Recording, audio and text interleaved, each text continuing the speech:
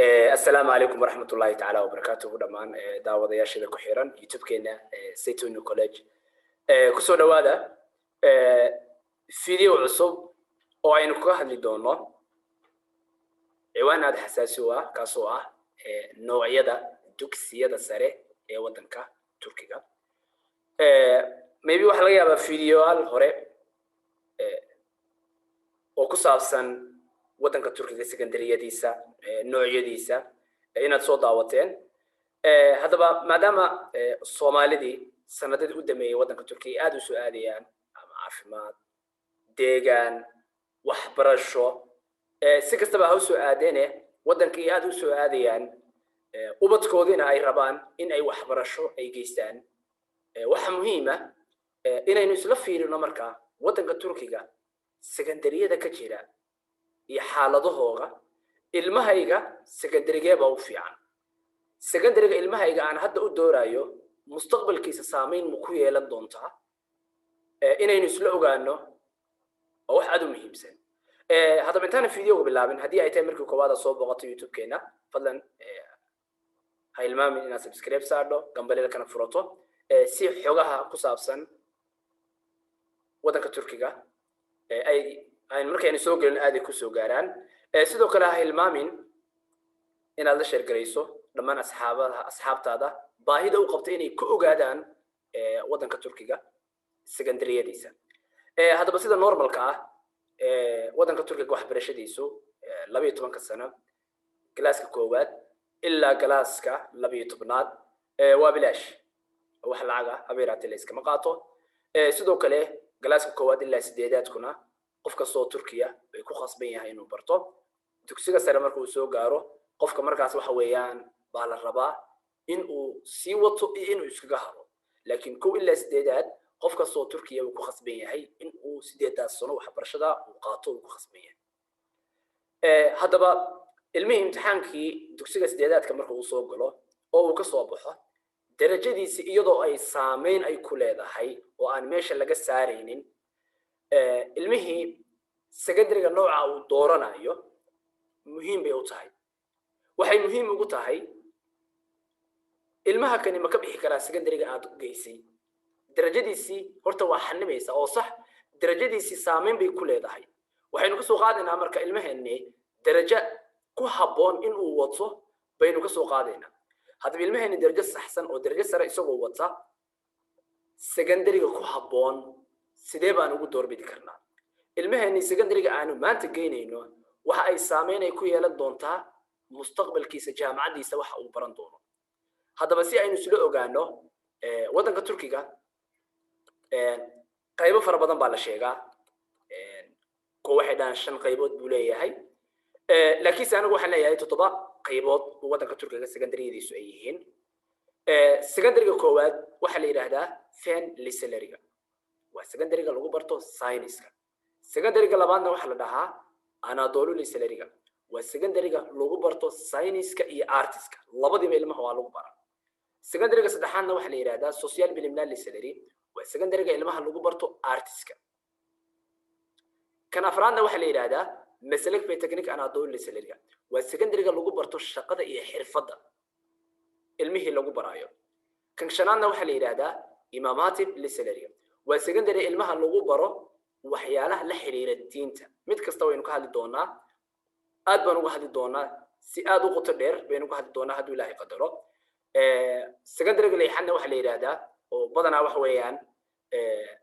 dadku ay ignore gareeyaan waa kan la yiraahdo joog programly liseleriga macnaheedu waayada dambe khadka ka sii baxo laakiinse waa secondary jira oo ilmihi maxaa lagu barayaa joog programly macnaheedu waa maxay waa secondary ka kooban programo fara badan maxay tahay programada ugu kooban yahay waa isla fiirin doonaa secondary-ga toddobaadna waxa leedahay waa yabanji liseleriga waa secondary-yada ay leeyihiin foreign si kale hadaynu dhahno waa secondary-yada wax weeyaan private-ka loo leeyahay aan public ahayn hadaba keena koowaad waxaynu ka bilaabi doonaa secondary-ga la yiraahdo anadolu liseleriga waana secondary-ga wadanka Turkiga ugu badan waayo ilmihi waxa uu lagu baraa science-na waa lagu baraa arts-na waa lagu baraa sidoo kale ilmihi boqolkiiba inta 60 ilmaha waxa weeyaan ama boqolkiiba 55 ilmaha waxa la siiyaa theory 45 soo harina waxa weeyaan practice buu qaadanaya ilmihii ama practical buu qaadanaya haddaba ilmihii maadaama science iyo arts uu isku qaadanayo marka uu soo gaaro galaaska form 3ga ilmahaagii waxa la rabaa in maadaama science iyo arts laba uu isku soo dhiganayo 2 sano in uu mid u go'o tusaale ahaan oo kale afar waxyaalood afar qaybood baa la rabaa ilmahaagii inuu soo doorto qaybta koowaad ilmahaaga la rabaa inuu doorto waa qaybta loo yaqaano saysaal ee loo soo gaabiyo MEFE oo laga wado mathematic fen يعني حسابتي iyo sayniskii weeyaan hadaba ilmahaagii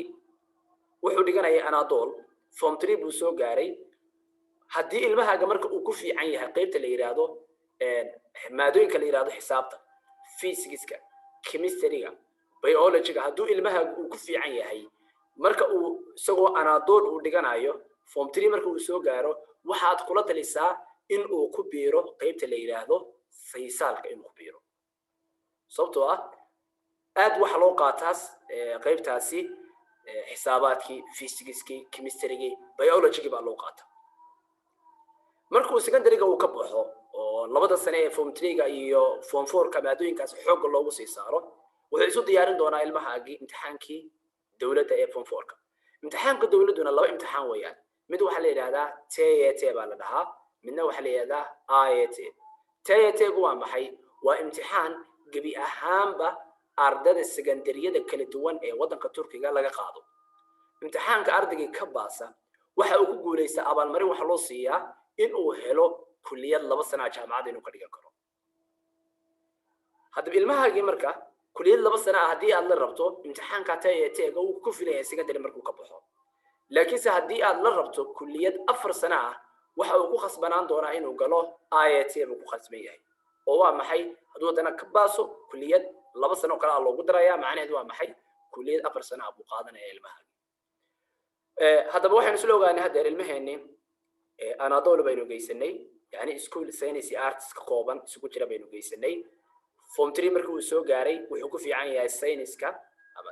physics chemistry biology waxaanu geynay qaybta sayniska baynu geynay imtixaankii labadiiba uu ka baasay ilmaheeni jaamacadda optionada ama jaanisada uu heli karo oo baran karo waxa ka ah caafimaad uu baran karaa ilmaha sidoo kale engineering qaybihiisa kala duwan uu baran karaa naqshadaha uu baran karaa ama sidoo kale waxa laga yaabaa inuu noqdo macallin baa laga yaabaa inuu noqdo hadaba laakiinse hadii ilmaheeni anadol inta aynu geyno maadooyinka physics-ka chemistry-ga biology-ga mathematics-ka ilmaheeni haduusan ku fiicneen waliba khaasatan saddexda chemistry biology iyo physics ilmahaagu hadii uusan ku fiicneen mathematics-ka laakiin uu ku fiican yahay mathematics-ka uu ku fiican yahay waxaad geysanaysaa adigoo isla anadolugaaga jooga form 3-ga marka uu gaaro qaybta la yiraahdo eschat arlig oo loo soo gaabiyo teme oo laga wado turje mathematics ilmihii maxaa uu ku qaadanayaa xisaab uu qaadanayaa af turkigii buu qaadanayaa juqraafigii buu qaadanayaa taariikhdii buu qaadanayaa bari kamaaran jaamacadana muxuu baran karaa xuquuqdii baranayaa ganacsiga baranayaa maaliyaddu baranayaa ama psychology-ga buu baranayaa ilmahaagu laakiinse hadii ilmahaagu maadooyinkaas oo dhan uusan ku fiicnayn waxa geysanaysaa qaybta la yiraahdo form 3 marka uu ka soo baxo waxa geysanaysaa form 3 marka uu yimaado qaybta la yiraahdo social-ka aad geysanaysaa oo ilmahaagi maxaa lagu barayaa tese waxa la yiraahdo waa lagu barayaa oo ah turji social xoogana maxaa loo saarayaa afkii turkiga taariikhda juqraafiga falsafada yani wax saynis ah oo ilmahaagu uu arkayo ma jiro bari kamaara markuu jaamacada yimaadana muxuu baran karaa raadiyaha TV-ga xiriirka dadweynaha waxyaalahaas buu baranaya ama macallin buu noqonaya oo taariikhda iyo juqraafiga waxyaalahaas uu dhigaya hadii ilmahaaga intaas oo midna aadan la rabin anadol buu ku dhiganayay saysaalka lama rabto oo ilmahaagii xisaabta physics-ka chemistry-ga biology kuma fiicna sidoo kale ilmahaagii kuma fiicna waxa weeyaan mathematics kuma fiicna qaybta waxa geysanaysaa wax la social-ka baan niri ama ashit aaliga geysanaysaa hadii laakiin ilmahaagu waxa soo dhan uusan ku fiicnaynba saynis kuma fiicna taariikhna kuma fiicna juqraafi kuma fiicna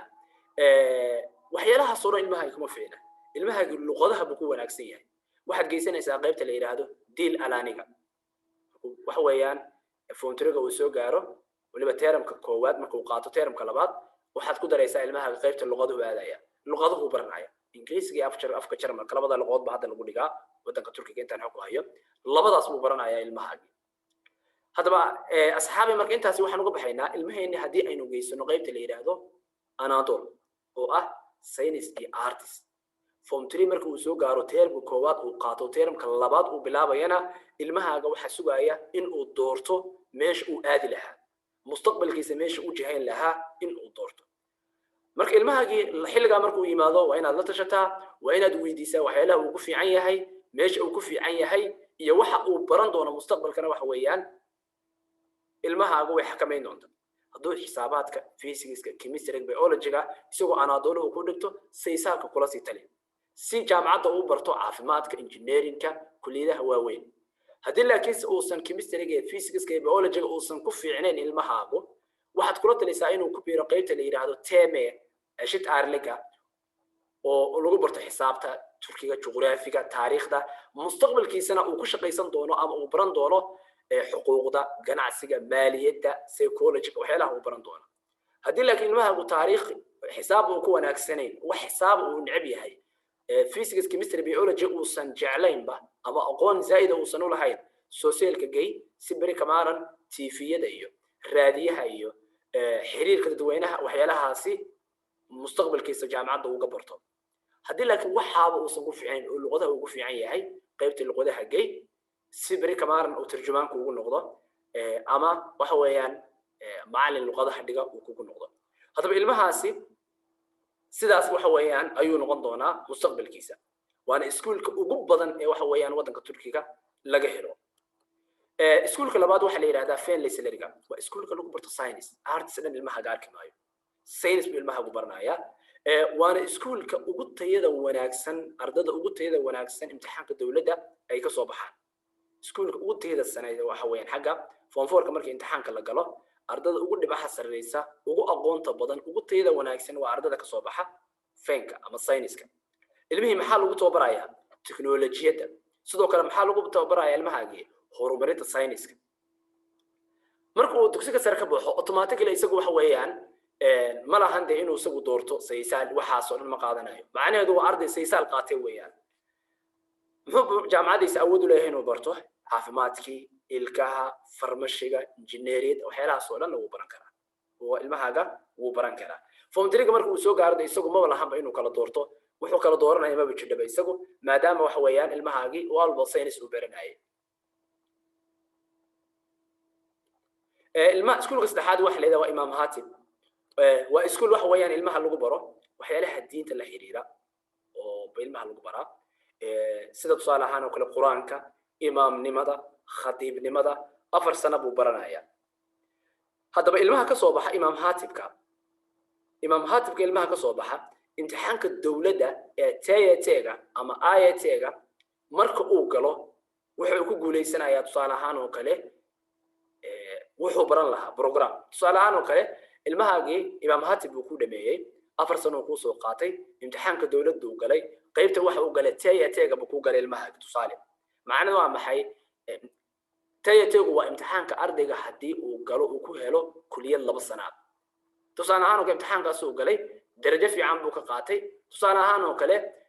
wuxuu bartay tusaale ahaan oo kale emergency-ga yani waa maxay wax caafimaadka gargaarka degdega ah ilmahaagii waa awood u yeeshay inuu barto isla sidoo kale awood waxa uu leeyahay ilmahaagii in uu barto shariicada laftigeedii ilmahaagii yani 2 program buu isku dhigan karaa ilmaha Imaam Hatibka barta taasna waxa weeyaan waa iskuulka saddexaad waxyaalaha diinta la xiriira waa iskuulkana lagu bartaa iskuulka kale waxa weeyaan afraad waa iskuulkii artiska yani kii koowaad wuxuu aasaynaysay artist ku jira kii kalena waxa uu ahaa ilmahaagii inuu barto science kan kalena waxa leeyahay ilmahaagii inuu barto waxa weeyaan artist ilmahaagii marka waxa weeyaan waa 5 sano haddii aad geysto iskuulka leeyahay socialka ama artistka waa 5 sano 1 sano preparation iyo 4 sano oo wax weeyaan dugsiga sare ah hadaba ilmahaagii markuu dugsiga uu soo dhameeyo artistka lagu baranayo mustaqbalkiisa waxa uu baran karaa xuquuq cilmiga xuquuqda baran karaa siyaasaddu baran karaa juqraafigu baran karaa suugaantu baran karaa xiriirka caalamiga baran karaa iyo maamulka uu baran karaa galaaskiina waxa la geeyaa 30 arday baa la geeyaa cilmiga ugu badan ilmaha uu qaadan doona wax weeyaan waa arts uu qaadan doona iskuulka kale waxa la yiraahdaa waa iskuulka shaqada iyo farsamada gacanta meslek technique anadolu lisasiga waana iskuulka wax weeyaan ugu qaybaha badan markii loo fiiriyo kuwa kale ilmihi waxa la barayaa farsamada gacanta la barayaa wuxuu ku shaqeysto baa la barayaa isagana waxa la yiraahdaa ilaa 9 qaybood uu ka sii kooban yahay qaybta koowaad waxa la yiraahdaa industry ilmaha warshadaha waxyaalaha la xiriir baran doona waynu ka hadli doonaa mid kasta waxa lagu sii bari doono hadii aad la doorbido ilmaha macna ilmaha marka koowaad deer waxa keentay farsamada gacanta la rabtaa ilmihi farsamada gacanta intaas oo qaybood buu leeyahay qaybtii baa la rabtaa 9 qaybood mid kamid ilmaha waa in uu sii doortaa industry-ga miyaa ilmaha la rabtaa maya tijaarad ganacsiga miyaa la rabtaa farsamada waxyaalaha la xiriira ganacsiga maya gabar miyaad dhashay oo gabadhaadi waxa la rabtaa farsamada iskuulka kis technique iyo maslak lisaliga waa iskuulka loogu talagalay gabdhaha kaliya dhigta waxaana gabdhihii lagu barayaa waxyaalo iyaga gaar ah waynu ka hadli doonaa waxyaalahaas waa maxay sidoo kale saalig maslak lisaliga baa ka jira oo qaybta caafimaadka ah waxaasoo dhan waxay hoos tagaan farsamada gacanta tourism baa jira oo dalxiiska ah taariikh beerihi baa jira gusel sanad laariski jilitaanka iyo fanka iyo suugaanta secondary-ga lagu barto baa jira sportski baa jira ilmaha sports ugu fiican yahay farsamada gacanta aad geenaysaa sportska uga sii dhex dooraysaa hawaashilik waxa weeyaan duulimaadkii laftigiisa ilmaha hadii aad waxyaalaha la rabto isagana wax weeyaan waad geysan kartaa horna waa kugu sheegay waxa soo dhan iska geysa ma ilmaha gacanta qabogay ma ahan darajooyin imtixaanaadka ilmaha way xadidi doonaan laakiin waxaan saaq ku leeyahay waxaan ka soo qaadayaa ilmaha darajadii in uu wato darajad tayo sare leh darajo wanaagsan inuu wato baan ka soo qaadayaa ilmaha inuu wato marka ilmaha farsamada gacanta hadaad la rabto intaasoo 9 qaybood baa u furan hadaba qayb kasta ilmaha muxuu ku wanaagsan yahay ilmaha farsamada gacanta hadii aad geyso oo aad u sii doorbido qaybta warshadaha wuxuu baranayaa ilmaha kow electrical and electronics inuu barto mechanicski machiinadii buu baranayaa ilmaha railway systemkii buu baranayaa 4 sano bay dhigtaan iskuulkaasi hadhow marka uu ka baxona isagoo wax imtixaan aanan gelin ilmaha wuu shaqo safi karaa waa qaybta koowaad farsamada gacanta qaybtooda koowaad weeyaan farsamada gacanta qaybtiisa labaad waxa la yiraahdaa waa qaybta lagu barto ganacsiga ilmaha maxaa la barayaa marka waxa la barayaa xisaabinta maaliyadda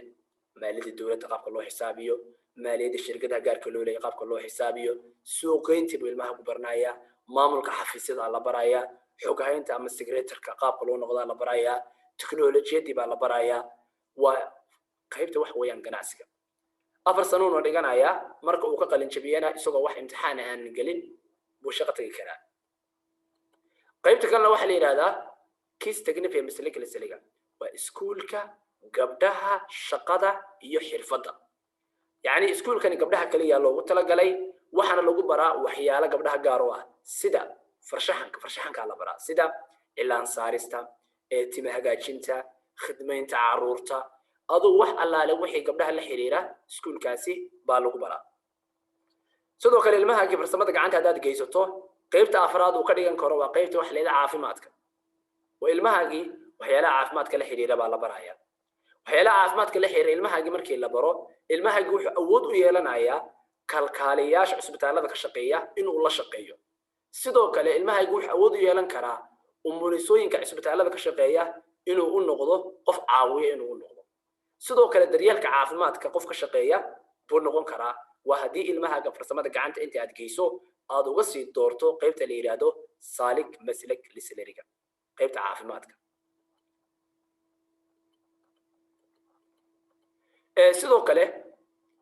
ilmaha farsamada gacanta inta aad geyso baa waxaad uga sii dhex doori kadhaa iyadoo darajadeedii ilmahaaga ay xadidayso qaybta la yiraahdo tourism maslak lisiga يعني ما محوا secondary-ga shaqada dalxiiska waxyaalaha dalxiiska la xiriira ilmaha waxa la barayaa wax allaale wixii la xiriira dalxiiska sida soo dhaweynta dalxiisayaasha qaabka dalxiisayaasha loo soo dhaweeyo sida qaabka loogu adeego dalxiisayaasha cunto karintooda hagaajinta iyo qaabaynta guryahooda ilmaha laakiin waxa laga rabaa luqadda ingiriiska inuu yaqaano sidoo kale 4 sano buu ilmahaagu dhiganayaa 4 sano uu dhiganayo galaas markii la gaaro bisha 10aad ilaa bisha 3aad ilmaha theory baa la siinayaa bisha 4aad ilaa bisha 9aad markii la gaarana ilmaha waxa la siinayaa practical baa la siinayaa waa la qaadayaa isbitaal waxa la geenayaa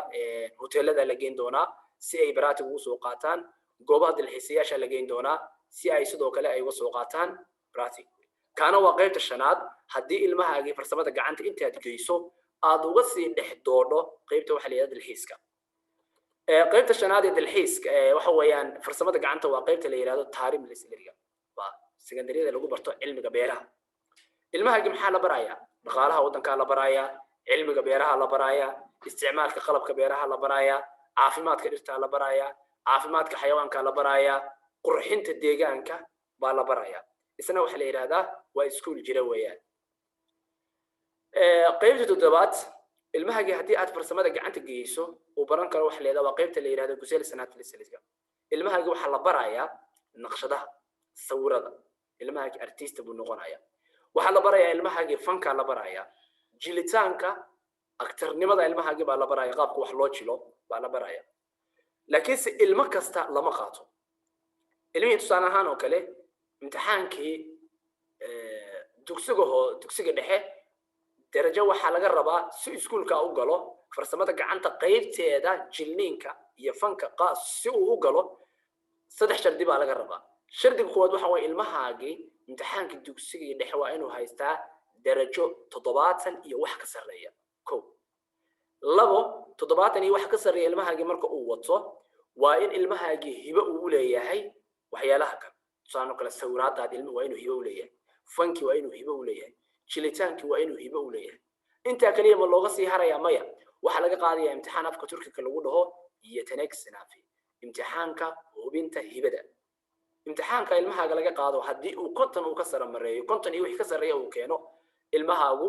awood buu leeyahay iskuulka inuu galo iyadoo mar kasta meesha aan laga saari doonin imtixaankii dugsiga dhexe darajada uu keenay taas mar kasta way xigaysaa haddii darajadaasi ay hooseyso de ilmahaagi waxyaalahaas oo dhan awood uma laha ilmahaagi inuu yimaado ama uu galaasadan uu soo dhex doorto sidoo kale galaaskan lagu barto naqshadaha sawirada fanka iyo jilitaanku galaaskiina waxa laga rabaa 24 arday inay soo xaadidho sidoo kale farsamada gacanta qaybtiisa 8aad waxa la yiraahdaa sport lisleriga waa qaybta lagu barto sportiska ilmihiya sida kii hore ilmaha inta gacanta soo qabato ma dhex keeni karo imtixaanka dugsiga hoose uu kaga soo baxay dugsiga dhexe uu kaga soo baxay waa inay 70 ka sareysaa ko sidoo kale waa inuu ilmuhu hibo u leeyahay tusaale ahaan oo ilmaha sports baa la rabtaa nooc allaale noocay doonto ha noqoto sports baa ilmaha ku fiican yahay inaad geyso baa rabtaa ilmaha marka maxaa la rabaa waa in ilmaha marka muxuu sameeynaya imtixaankii dugsiga dhexe 70 waa inuu wax ka sareeyo u wataa ko labo waa inuu hibo u leeyahay saddex imtixaanka hibada waa inuu galaa konton iyo wixii ka sareeya waa inuu keenaa isna waxa la yiraahdaa sport lisleri baa la yiraahdaa farsamada gacanta iskuulkiisa qaybtiisa 9aad afwan iskuul yaan isticmaalin qaybtiisa 9aad waa qaybta la yiraahdo hawaajilik masalak lisiga waa qaybta ilmaha maxaa lagu barayaa duulitaanka diyaaradaha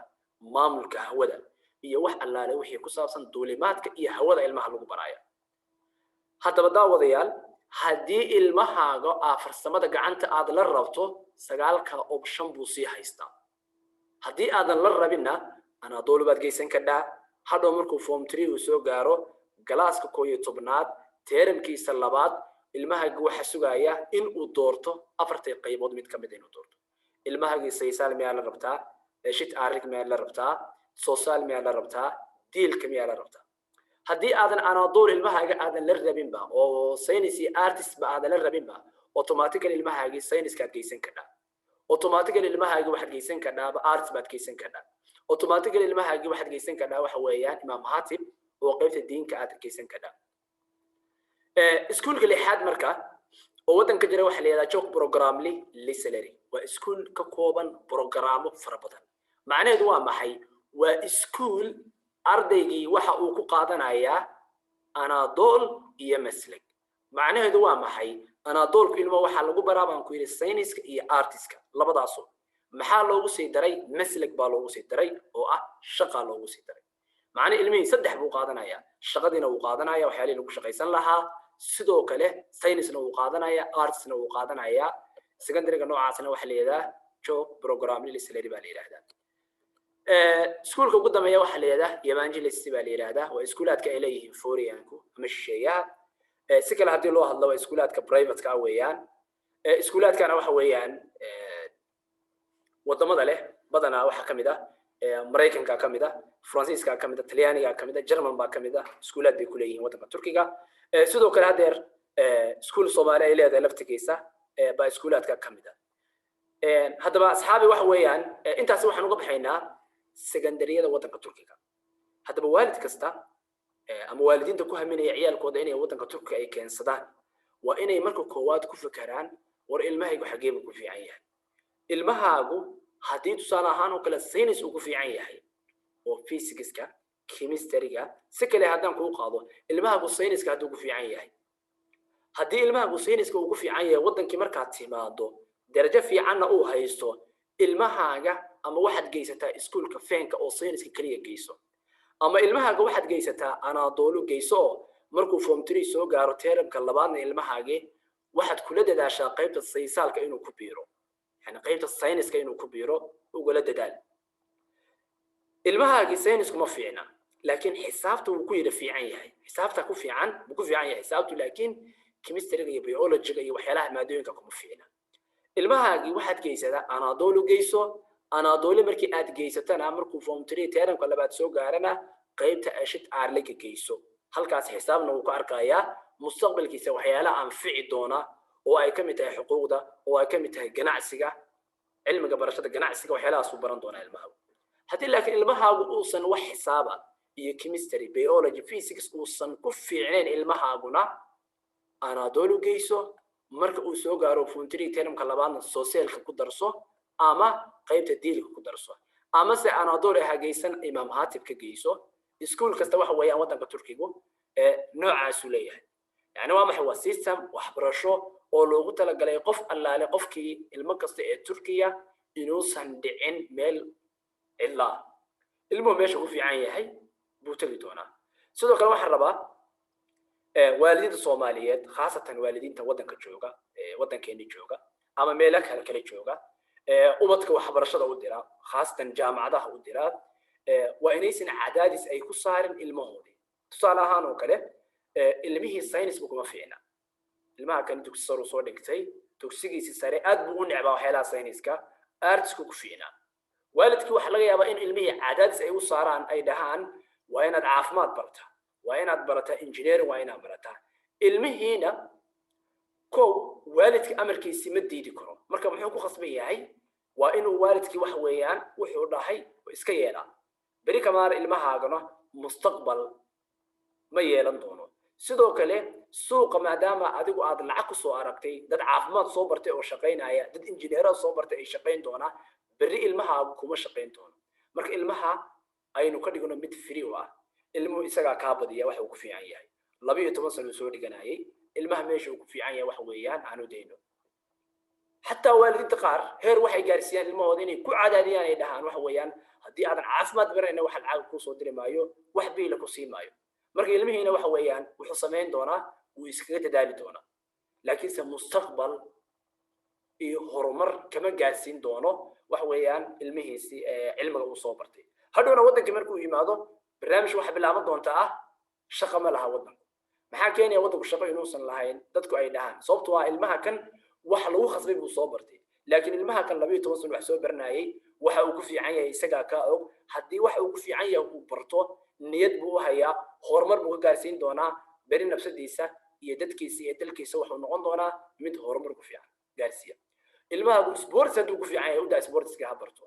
ilmaha hadii uu ku fiican yahay waxa weeyaan tusaale ahaan oo kale ganacsiga u daa ilmaha ganacsiga ha barto waxaan ka hadlayaa dadka markay jaamacad soo gaaraan sababtoo jaamacad qofku markuu uu soo gaaro inta aad ka fikirayso mustaqbalka aad ka fikirayso in ka badan isaga ka fikiraya marka taana waxa rabaa waalidiinta Soomaaliyeed khaasatan kuwa wax weeyaan wadanka jooga